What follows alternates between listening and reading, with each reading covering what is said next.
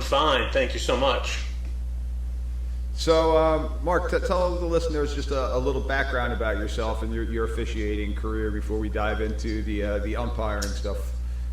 So, yeah, as you mentioned, I'm with the Middle Tennessee Football Officials Association. I've been with them, I think this is my 15th year, and been an umpire, at least in the varsity level, the entire time. And this is the first year outside of one of the COVID years that we've moved our umpires to the offensive backfield for both 7 and 5 man crews. Excellent. And now we were talking just pre-production here that you're predominantly with a 7-man crew, and you still do have some 5-man crew games, but predominantly Tennessee area is going to be 7-man crews. Am I correct in saying that? Predominantly our association. You get it. We are actually blessed with numbers. We don't have, at least now not saying it comes naturally. We have to work for the numbers we get, and we do a lot of outreach and things of that nature. But you get outside the Middle Tennessee area, I think you'll see more 5-man crew. But like Memphis, Knoxville, Nashville, the larger cities in Tennessee, I think you'll see more 7-man crews. No, that's excellent. Yeah, and that's what you were just talking about putting in the work and kind of recruiting. That's what I'm trying to do here. So once again, I got to do a quick plug for everybody out there. Please hit that like and subscribe button. Forgot to mention that right at the beginning, because the more likes and subscribes, I keep being told by the podcast people in the world, it helps get the word out there a little bit better for everybody. So hit those like, subscribe buttons, go to my website, take a look at those different things, go to my YouTube page. And if you really like the show and you want to help support me a little bit, you can buy me a beer right here, or this morning I am drinking a cup of coffee, so you'll see the buy me a coffee link. But so Mark, today we're going to talk about diving into the umpire position. And in Middle Tennessee, in your area, you guys have now, and you said your association is kind of jumping right into going with the umpire in the offensive backfield, correct? That's correct. It's optional for the state for 24 and 25, and they're going. The plan is to mandate it for 2026, and I think we're the only association that went ahead and jumped into it. I'm not positive, but I believe we are. Okay, and I know in the social media world, this has been something that's been a big topic on all the officiating social media sites and stuff like that. Some banter going back and forth between what states are doing it, what states aren't. Now here in New Jersey, we kind of experimented with it in our scrimmage schedule a couple years back. I couldn't even tell you what year it was, but we kind of experimented with it, and it didn't pass. And I know each year in our state association there have been talks about doing it, and I think this year was probably the closest vote for it to actually happen, but it still didn't happen. So in Jersey, we're still 6-man crews with the U on the defensive side, and I'm an umpire, and I get run into a lot. So what was the state of Tennessee's rationale about moving the umpire to the backfield? All about safety. That's what it all boiled down to. So how much pushback was there? Now, I wasn't in on the discussions, but from what I understand, a lot. I mean, there's been pushback from within our own association. I've always, since we experimented back with in 2021 with it, I've been a big proponent for it. It's nice being back there and not having to play. It's kind of like they say. I get a year older every year, but they say the same age, and they get faster and they get stronger. And I've been fortunate over the years. I've not had an injury from being hit, but that doesn't. We've all. I'm sure you've been hit more than once. I have as well. And so it's nice to sit back and be able to observe the action and not have to be on a swivel as much. So with that being said, I want to just throw a little clip in here. This is an incident that happened with me last year, and let me load it up. Let me see if it's popping up there for you. Oh wait, I lied. This is not mine. Where am I? Let me get the right clip here. No. I'm in here somewhere. Here it comes. Okay, so this is me in the middle. This is on a punt, and you'll see right there got blocked into. Yeah. And I got lucky in this scenario, and I'm going to try to pause it and go slow. And for those that are able to watch it, you'll see me right in the middle. They kind of went with a spread punt formation, so a 2x2. They were spreading it out, and this young man just coming down. I'm watching my keys. All of a sudden, he got blocked into me, clean block, and woo, there I go. And luckily for me, my feet came out from under me. I wasn't planted in the ground, so I didn't have any type of injury with it. And I was able to get up and laugh with the young man that, unfortunately, I was 250 pounds that I fell upon. But I said, boy, that's going to look funny on film. But I was able to get up and laugh about that scenario. Unfortunately, 2 years ago, we had an individual in our association who wasn't as lucky as myself, who ended up fracturing his leg and tearing basically all the ligaments in the knee because of this similar type of scenario. So you talk about the safety aspect of it. What then would be the pushback of the people that were in your association that don't want to go, that like being in the defensive side? And to be honest with you, 99% of it, I love where I am at. But it's that 1%, that one chance that that's going to happen, that if I can eliminate, I'm willing to go to the offensive backfield to take that. Right. You know, the biggest pushback we heard was that assumption that the middle of the field is just going to be left wide open. That there's not, it's just going to be the Wild West, you know, in with the linebackers where we used to be. And in my experience, it hasn't been that at all. It's been no different as far as controlling a game. They don't go crazy in the defensive backfield or in the linebacker, you know, in that second level. It's been a non-event. Really has been. And it's ironic that you're saying that, and I know, again, a lot of listeners, they're still with the 5-man crews, and you guys with the 7-man crews. You have that middle of the field covered. Right now, one of our associations and one of our state's biggest things is with our 6-man crew, we still do have that dead zone in the middle of the field, because my back is kind of, if you get a trips formation, my one wing is keying on number 1, the deep wing is keying on number 2, and they're basically splitting number 3. But there's times with all the different offenses and styles that we're seeing out there, that there's dead zones, and we've gone back on film, and we're like, oh, that was definitely a defensive holding. That was something, but it was behind it. It was behind the umpire, so it was someplace that I'm never going to be able to pick up. So there still are, unfortunately, some dead zones, even with all of our keys in place. So with that, at least with the 7-man, you're kind of getting the middle of the field covered. 5-man, same thing, you're getting the middle of the field covered. So having the U in the offensive backfield, I think, kind of makes it a little bit easier for us. What are the short wings? How have they taken to not having the U in the middle of the field? Because people say it's going to be a lot more work for them on the short wings. You know what? We've not noticed much of a difference. Really, the biggest change is now me depending, especially at least on a 5-man, more dependence upon the linesmen to help with ineligibles downfield, things like that, where they're staying and kind of watching for that. That's really been about it. But I've not heard any complaints from either of our wing officials, short wing officials, that like, oh, they're just covered up and can't do it, you know, can't focus on their own keys because they're trying to worry about ineligibles or illegal forward passes or anything like that. Things that I'm not even going to say that were easier to get before. I just think things that folks just naturally associated with the umpire before. Yep.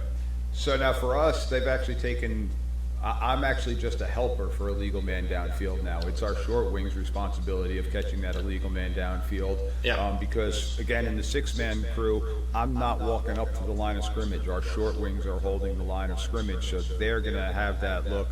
But now if I'm in the backfield, it's not going to change anything for them in that aspect. They're still going to have to hold the line of scrimmage. Right. And for us, it seems like it makes sense. And I know I'm going to, and hopefully, ladies and gentlemen, if you disagree with us, please comment. I want to hear from everybody. We want to get opinions out there. We want to get feedback about this.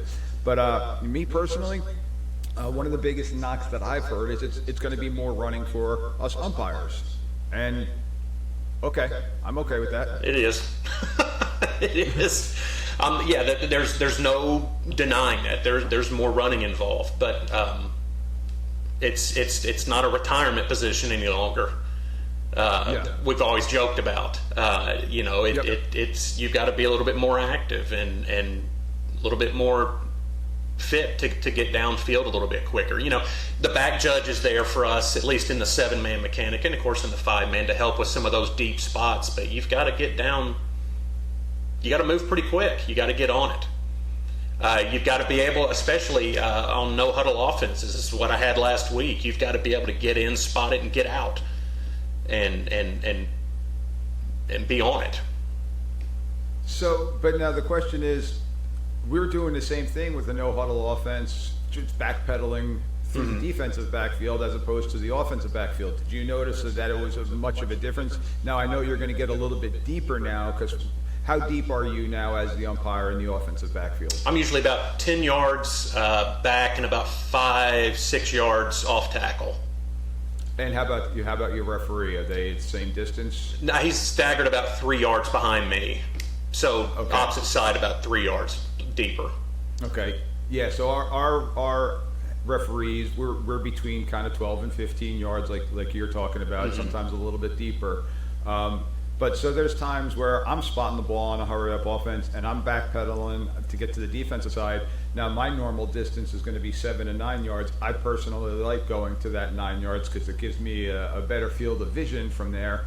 But are there times where they're going to snap the ball before I'm at my 9-yard depth? Yeah, because it's a hurry-up offense. And so I don't see much of a difference between, okay, now if I got to go back 10 yards instead of 9 yards and you catch me at 7, it's still going to be the same type of scenario. Right. And the good thing is if you're backing out from into the offensive backfield, at least you're still separating and giving yourself space from where you had before. They're not running at you at this point.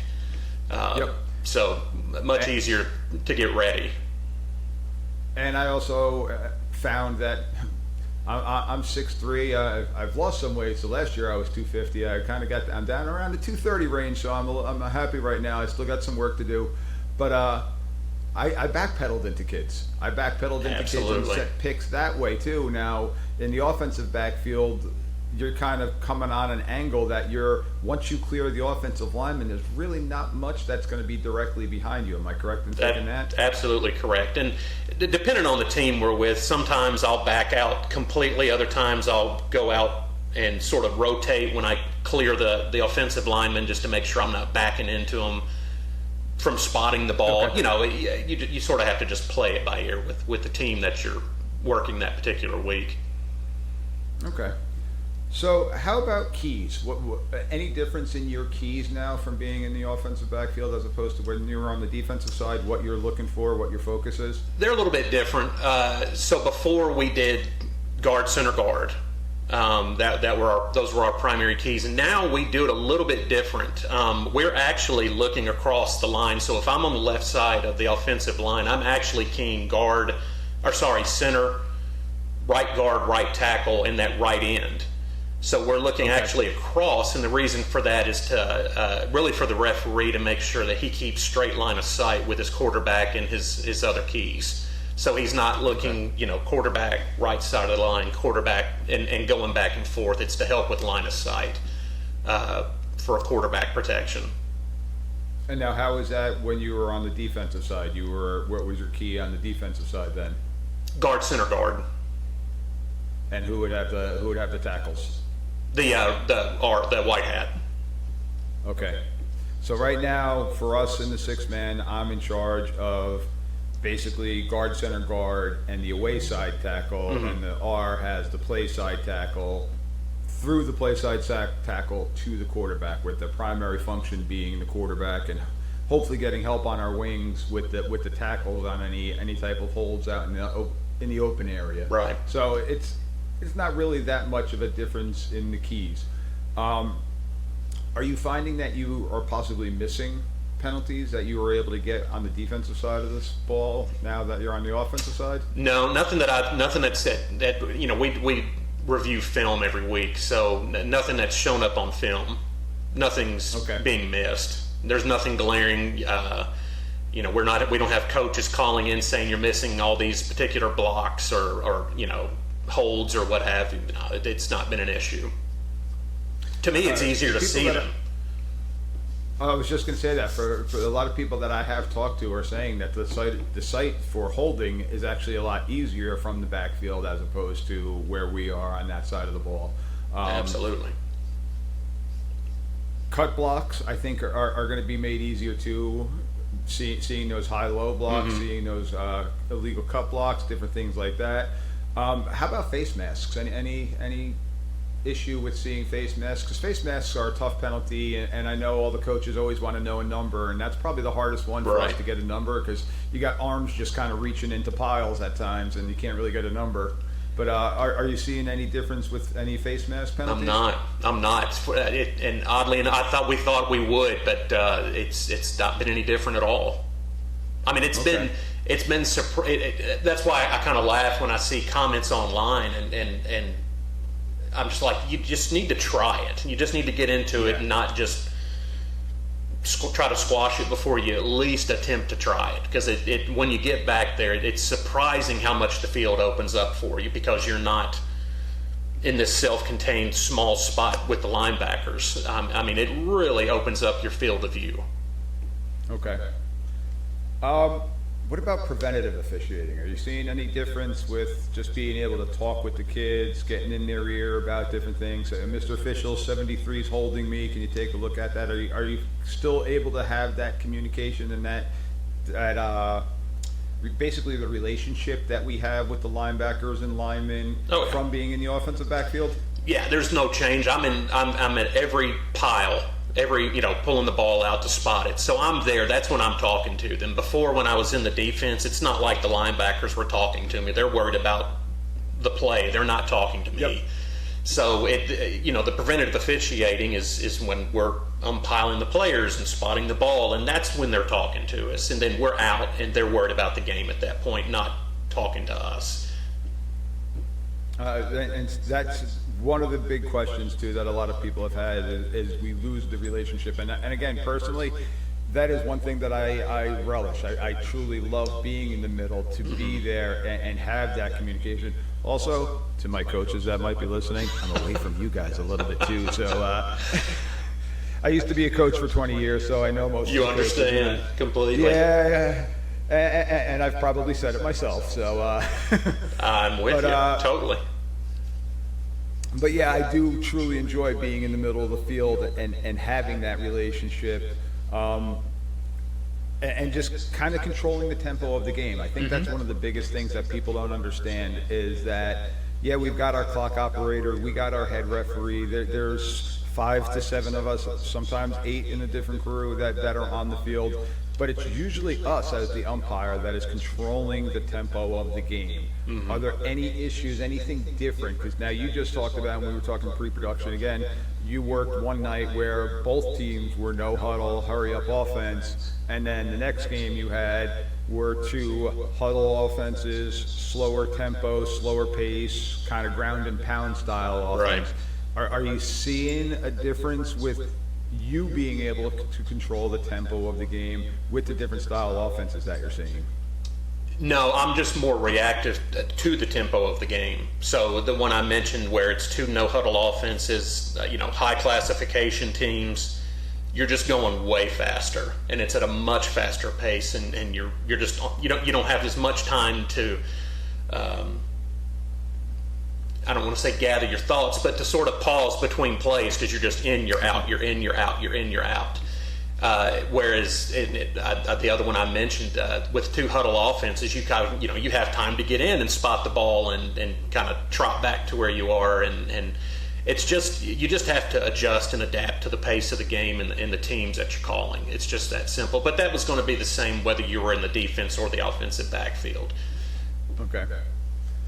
So now, I had a game this weekend, and one of my pre-game routines that I do is after we talk with the coaches, myself and the head referee, we go get all the pre-game stuff.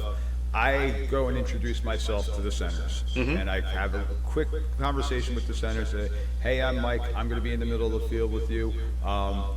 got to do me a favor. And if you're a no huddle team, just wait. I'm going to give you a hand saying, hold up, hold up, hold up. I'm going to be communicating with you because we got to make sure that our chain guys are set. We got to make sure that the ball has been relayed out. So even if it's a hurry up type of style offense, I'm going to bust my butt to make it as fast as possible, but I still got to make sure that everybody else does it. So I have that relationship, and I end up knowing the kids by name by the end of the game and talking with the centers. With you now, with them having their back to you, are you still able to have that relationship with them? Oh, yeah. So not only talking with that center to let them know I'll be in and just let me get out before you snap the ball. I just kind of let them know that I'm not going to slow you down. I'm going to get in, get out. And then that's when I talk to the skill position players as well. It's like, look, I'm going to be running in every play. Get the ball to me and I'll spot it and I'll have your offense moving even faster than it would be if I'm having to, if you flip the ball somewhere, if you drop it somewhere else, it's just going to slow you down. It's your clock. So it's how quick do you want to go? And so that it's just those kind of sorts of conversations. And 9 times out of 10, really almost 10 out of 10, they're receptive to it. They understand that it's to their benefit. So now let's talk a couple different specific scenarios now. Quarterback drops back to pass, and now a little scramble drill. They start rolling out to your side away from the R. Yep. Anything different for you, keys wise? I'll pick up the quarterback when he passes in front of me. He'll become my responsibility at that point, and I'll follow him all the way into the side zone.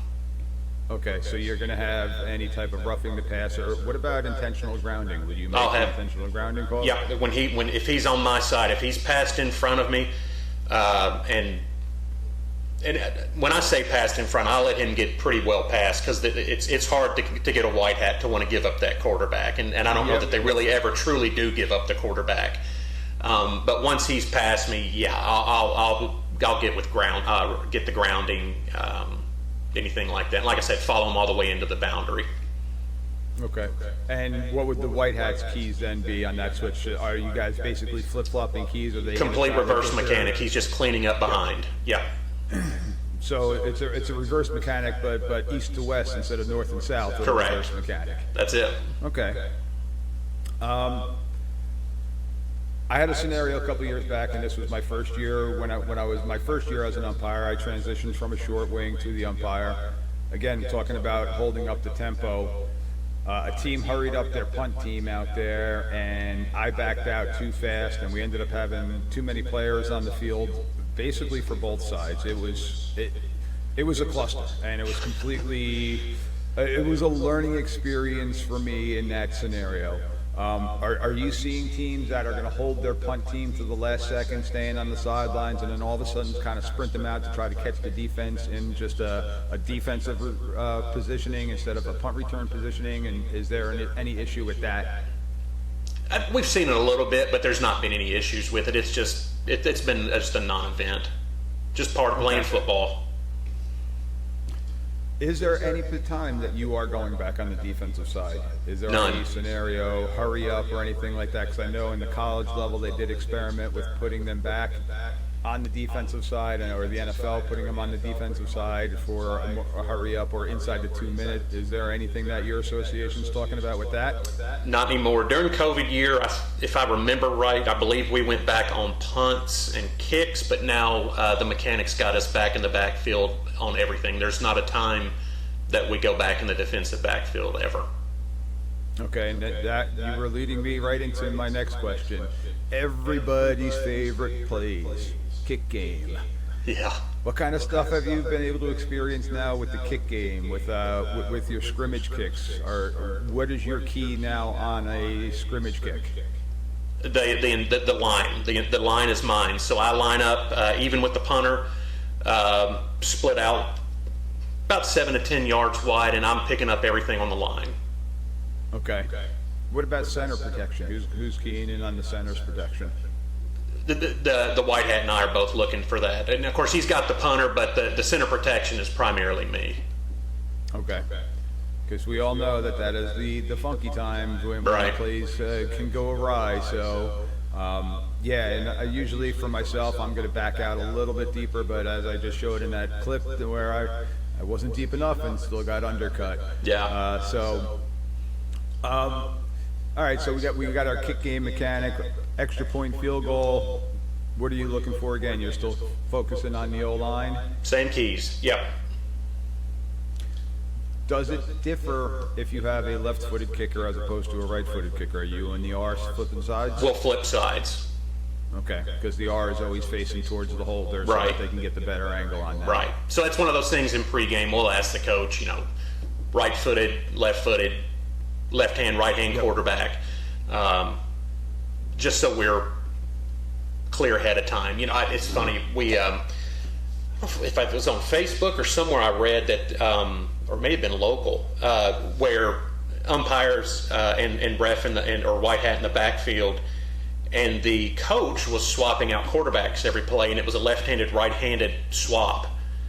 And so every play they were having to swap. I don't know where I read that at, but I thought, okay, that could be a bit much, but luckily we haven't, run into anything like that. So right now, our mechanic for our head referee is they are going to be on the right side regardless. We're actually not flipping sides, so they're going to be on the quarterback or in the offensive backfield right side, regardless of a righty or lefty quarterback. The kicker definitely makes the difference for the extra points because, again, you want to face towards the holder. But quarterbacks right now don't make a difference. And by our mechanics manual, I'm supposed to be kind of diagonally across, basically stacked over the left guard, left tackle to face the left guard, left tackle, guard center. But I'm not going to lie, I'm not a stationary object. I get myself into the best position that I can see the ball and still see my keys. So there's times where I might be on the short side of the field, I might be directly in front of the R on the right side, but tilted in, focusing in on my keys because, well, as a coach for 20 years, I used myself as a pick a number of times, so I want to kind of change up where I'm going to be so that coaches aren't saying, well, he's going to be 7 yards deep, over top the tackle, let's run right at him and set that pick. So I am moving around with that, so it is one thing that I kind of do in my state, and my state's actually been for it. We've gotten evaluated, and they're like, I like how you move around, you're getting yourself in. I'm trying to find the safest area. Sure. So, people that are still against it now, let's go back to that. You talked about the running aspect of it. Mm-hmm. Is there any other rationale really behind why they don't want to move? I think maybe it's football fans, period, but folks are just resistant to change, and if you don't evolve. And that's coaches, that's players. If you watch the LSU USC game this week, that hit at the end of the play that disqualified the LSU player. Just a few years ago, that's a clean hit, and we're all saying that's just a football move. Yes. Well, the game has evolved, and now it's for safety reasons. It's not a football move anymore. Now it's a disqualifying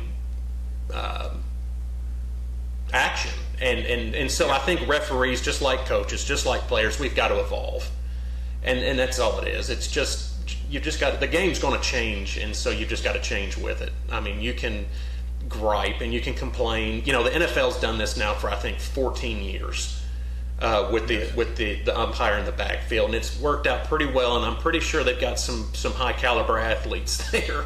So if they can make it work, I'm pretty sure. Yeah. So if they can make it work, I'm pretty sure high school can make it work as well. But now I'm going to play devil's advocate with that one. Mm-hmm. The NFL has the two in the backfield, but they still have the one on the defensive side of the ball. So that's one that comes back to you. So I'm just trying to get opinions out there and thoughts on everybody. So that's going to be one that people do come back with and say, well, they still have somebody back there. Well, they've got a back judge. College has got an umpire. Oh, that's right. I stand corrected. College still has the umpire, and they have the center judge. Right. Right. So yeah, college you're a little spoiled now, But NFL, NFL's had that that open area, if you will, that we kind of alluded to earlier and talked about in the defensive, in that second level for 14 years now, and it's working out pretty well. And I believe the NFL made the change for safety reasons as well, and they evolved. So I think we've got to do the same thing.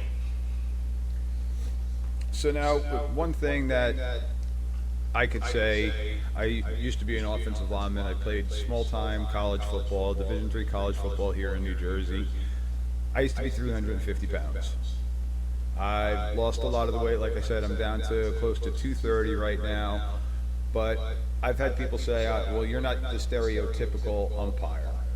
And I'm like, well, I was an offensive lineman, so I know what's going on in there. I can see things in there, which is why I do enjoy being in there. But because I'm not as big as I used to be, and that I can move a little bit better than I used to be, I'm not the stereotypical umpire. Sure.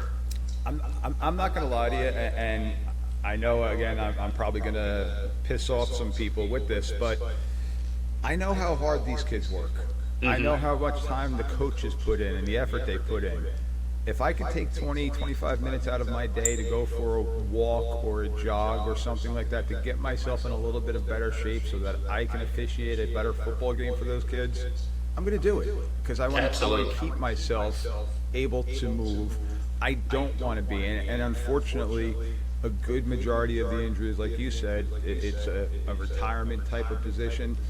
Those stationary objects in the middle of the field, they're the ones that are typically, and again, not always, but they're the ones that are typically the ones that are getting injured.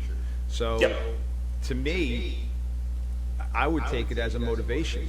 If my state switched and made it mandatory that our U's were in the offensive backfield, knowing that, all right, hey, I got to move some more. Let me start doing that now, not in the middle of the season. Let me get myself prepared earlier in the summer, different things like that. Maybe that's a motivational type of tool for some music. You mentioned earlier that in Middle Tennessee that you are good with numbers. I know a lot of states are not so good with numbers, and I know that's one of the fears that a lot of states have, is they feel like if they do that move, they're gonna lose some officials. What's your opinion with that? You know, you said a second ago you might piss people off, and I might do the same thing here. I'm just then get out and recruit who you need. I mean, we don't sit around and wait for folks to come to us. We are very. You see the website behind us. We are so active in recruiting, and not only recruiting, but we're active in keeping our churn rates low. For those first 2 or 3 years, if we can keep a new official past that first 2 or 3 years, then we've probably going to have them long term. And so you've just got to keep recruiting. And if you've got officials, and listen, I've got the highest respect for everybody I'm with, but if the difference between you retiring and continuing to officiate is whether you're in the defensive or offensive backfield, then I would question why you were out there to begin with. It's not that big a deal. It's really not. And it's like I said, you know, social media sort of amplifies the best and the worst, and so you take it with a grain of salt. But just some of the comments that I read, it's just, you know, it's kind of like, man, it's like you act like we're talking about, you know, the election coming up. It's not that big a deal. It's just give it a shot, and I promise. I'm not going to promise, but I will put forth that you will probably be pleasantly surprised by the time it's all said and done. And you're right. Change is hard. Change is difficult, and it will take some time. But we had preseason. We had scrimmages. I worked games. I missed some calls, and I would go over to the coach. Hey, coach, I missed that hold on that one. And they're like, listen, it's preseason for you guys too. You're getting back into the groove of things too. Absolutely. And that's our opportunity to get better at our trade and working the youth games and your sub-varsity games and things like that. For us in New Jersey, our sub-varsity games, our freshman and junior varsity games are either 3-man officials or 4-man crews. So when we do a 3-person crew, I'm the referee in the offensive backfield. So we joke around, we call it the rumpferee. I'm the ref and umpire. So I'm coming up, I'm making the spots on that. Our wings are running up and down the sidelines. They have to control both sidelines. I'm controlling the middle of the field. I don't see a difference in that as opposed to what we're talking about in a varsity game now if I was in the offensive backfield. So totally agree. I don't know. Totally agree. It's definitely going to be a controversial one, and again, ladies and gentlemen, please feel free, comment. I am thick-skinned. I want to hear your opinions for or against this type of thing. But again, my number one thing now is I got out of coaching because of my family, because I want to spend more time with my family, because coaching takes up a heck of a lot of time with the preparation, with the workouts and all that other stuff. But I also want to be healthy, and if this is a way that I can stay healthy while still being involved in the sport of football, I'm all for it. And a prime example, worked a game the other night. We had a fill-in official for one of ours. So we have set crews in New Jersey, but one of the people on our crews is actually a head referee at the collegiate level. So because of his collegiate schedule, he couldn't be there, and we had a fill-in. Now the fill-in is also a collegiate official, but he's not a head referee, and he didn't have a game this weekend. He's also somebody who played in the NFL. He was a skill position in the NFL. And joking around, he's like, you could put me in the deep wing, you could put me in the back, put me in the back judge, put me anywhere you want. He goes, just don't put me in the middle of the field. I don't want anywhere to be in the middle of the field. And he didn't want the white hat responsibilities because everybody yells at the white hat and knows the white hat's name. And he didn't want the umpire position because of what we're talking about. Sure. So I think we would be able to retain more people because it wouldn't have to be the offensive line type of person to be the umpire in the middle of the field. We would be able to get younger, different physique type of people to be in that umpire position, knowing that, all right, I'm going to be safer. I'm going to be away from those 320-pound offensive linemen that are blocking that 250-pound linebacker running full speed. Right. So again, just my opinion, but again, ladies and gentlemen, please comment. Go to Facebook or go to YouTube. Put all the comments on there. Let's hear some feedback.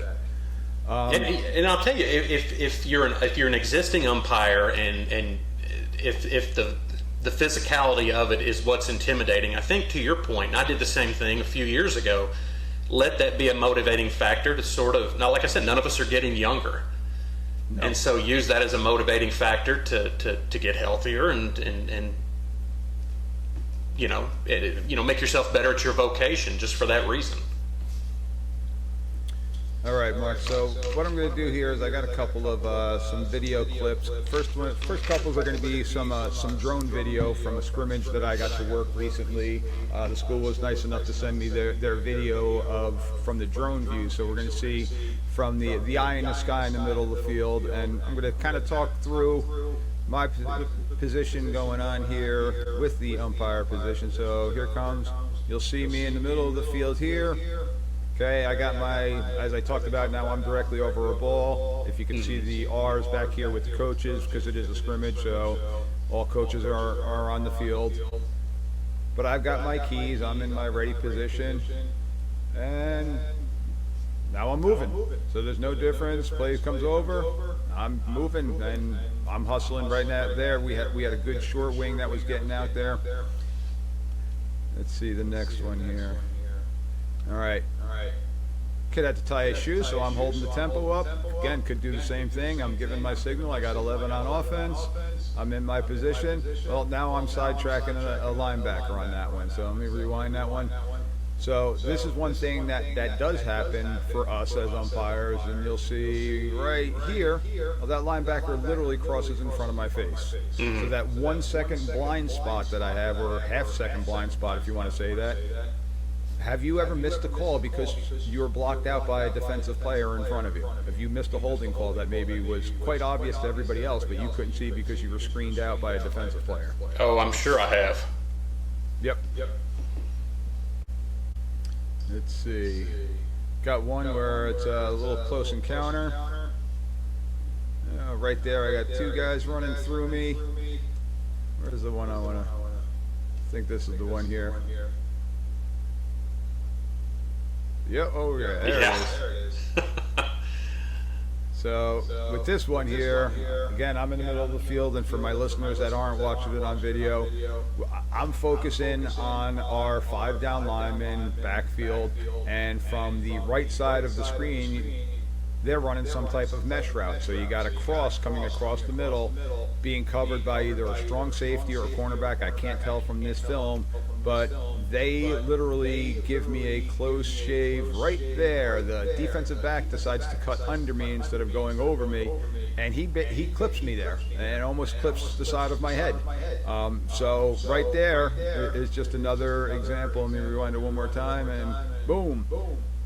And it happens, and that's something that's coming from out of my sight line that I'm not able to pick up.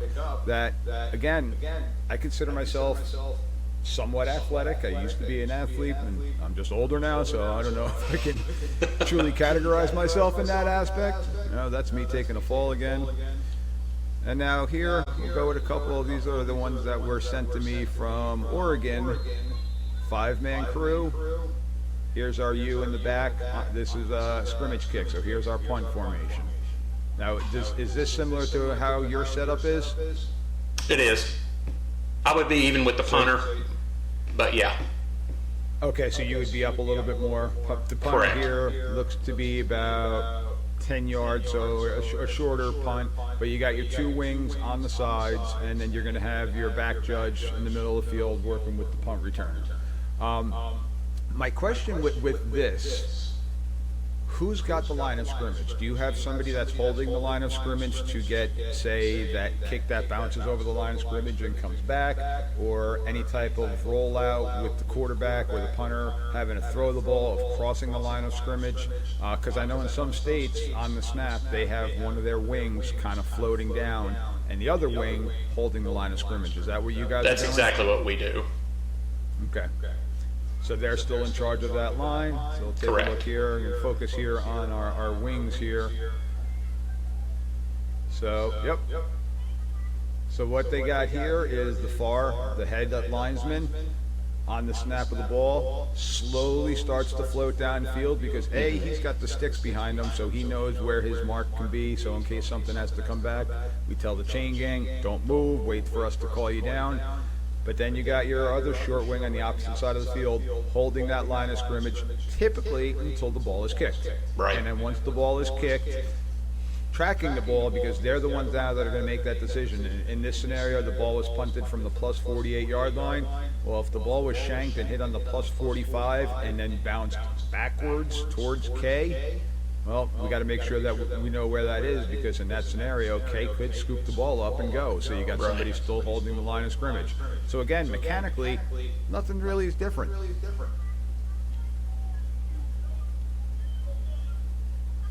All right.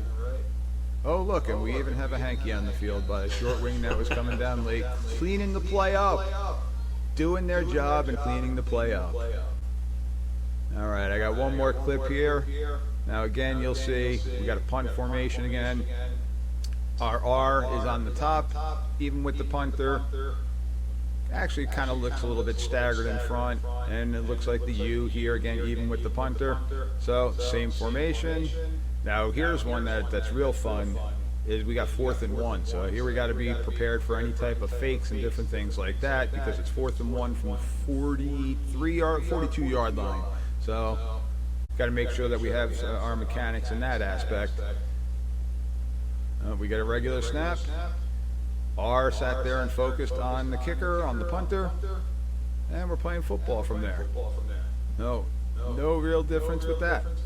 None. So, I mean, those are just a couple of clips of some examples of pros and cons of both spots. Actually, more pros on being in the offensive backfield and more cons against being on the defensive side. But yeah, especially I would argue on a scrimmage kick, because I think you've done the same as me, being working scrimmage kicks at umpire when you've got an entire what feels like army charging at you, and you're not, you're just kind of dodging more than anything else.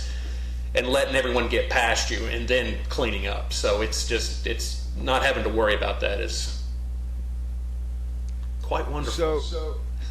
With you saying that, when you're dodging, are you also officiating at that point in time? I'm trying to, but You're trying to. Yep, exactly.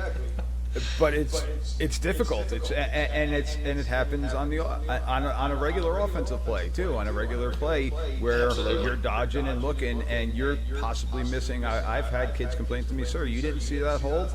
And my answer was no, because your 3-tech got blocked back into me, and I was backpedaling for my life just to get myself out of there.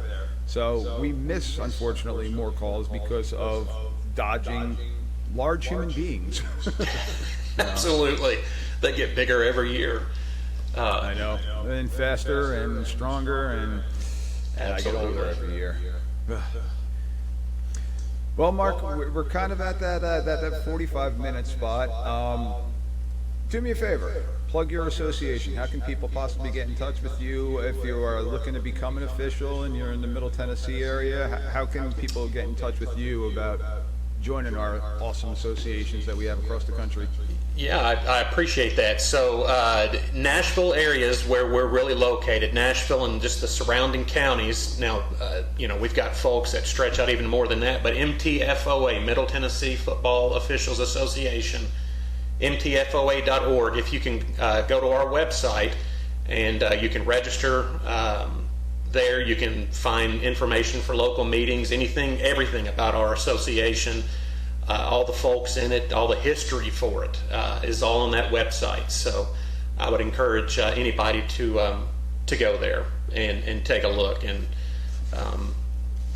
always happy to train up new folks and to bring in transfer officials. We've had so many transfer officials, a lot from your neck of the woods of people moving to the Nashville area from New York, New Jersey. Chicago, out west. It seems like everybody's moving here. It seems you always hear the joke of saying the state's closed, and that's kind of our joke. But we'll take transfer officials anytime. Always glad to see them come in. And I'm definitely gonna, for those that are listening, I will have that website in the show notes. So I'll have a link in there. So if you look on the show notes, you'll be able to click that link right then and there. So if you're driving right now, please don't stop to write that down. Just go back and look at the show notes and click the link right through there. Please be safe while you're out there. But Mark, once again, truly appreciate you taking the time on this Labor Day weekend to come on and join us and talk about the umpire position. And for my listeners out there, again, please hit that like and subscribe button. Follow me on Facebook. You can find me on Instagram. Look for Mike D, the referee, on Twitter, also known as X. Still can't get through that, but I guess I'm still on the defensive side of the ball. Exactly. Hard time changing. But Exactly. I'm on Instagram. I'm on TikTok. So look for me. We'll have different clips up there, different things. But go out there, hit that like, subscribe. And again, if you're thinking about officiating, give it a shot. Give it a shot. Go out and do it. If you're a coach and you can't coach anymore, or you're finishing up playing high school football and you can't play anymore, or college player and time doesn't allow you to become a coach and you want to stay involved in the sport, this is a fantastic way to keep you involved in the sport that we all love and continue to grow the sport. Mark, Absolutely. Once again, thank you very much for taking your time out today. I hope you have a fantastic rest of your week, and be safe out on the field and have a great season. Thank you so much. Thank you so much for the invite. I really appreciate it. Absolutely. Once again, ladies and gentlemen, Mark Hill from the Middle Tennessee Football Association, mtfoa.org. Check it out, especially if you're in that Tennessee area. Once again, everybody have a great day, have a safe season, and it's football season. Let's keep it rolling. All right.